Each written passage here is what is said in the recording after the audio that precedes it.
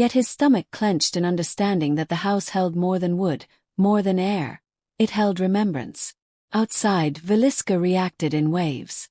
Neighbors came to watch investigators enter and exit, whispering theories that grew increasingly dark.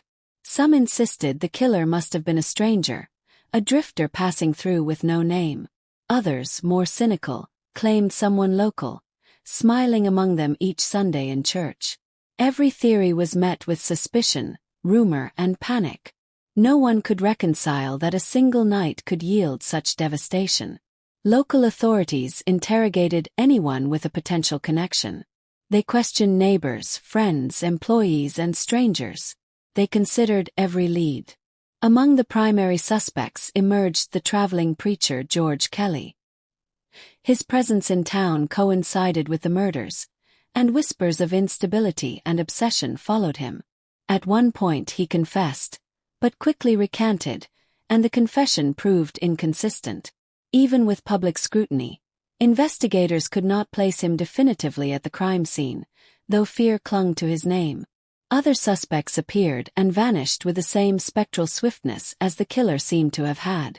Frank F. Jones, a local businessman with a rumored grudge against Josiah Moore, drew scrutiny, but evidence remained circumstantial. Henry Lee Moore, a convicted axe murderer from another state, entered national discussion for the potential of a serial killer on the loose. Yet each theory remained incomplete, unable to reconcile the precision, patience, and peculiar ritual evident in the crime. The house, meanwhile, refused to relinquish its grip. Every investigation seemed to feed it, saturating the air with tension.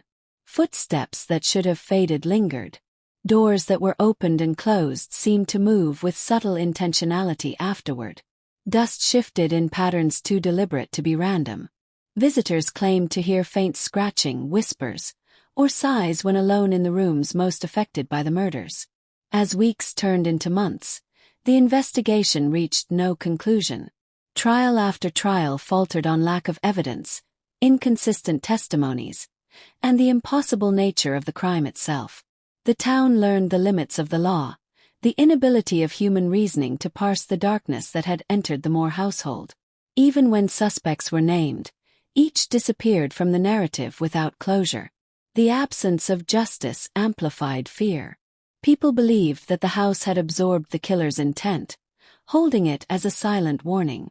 Each creak in the floor, each shadow flicker, became proof that evil could exist beyond detection.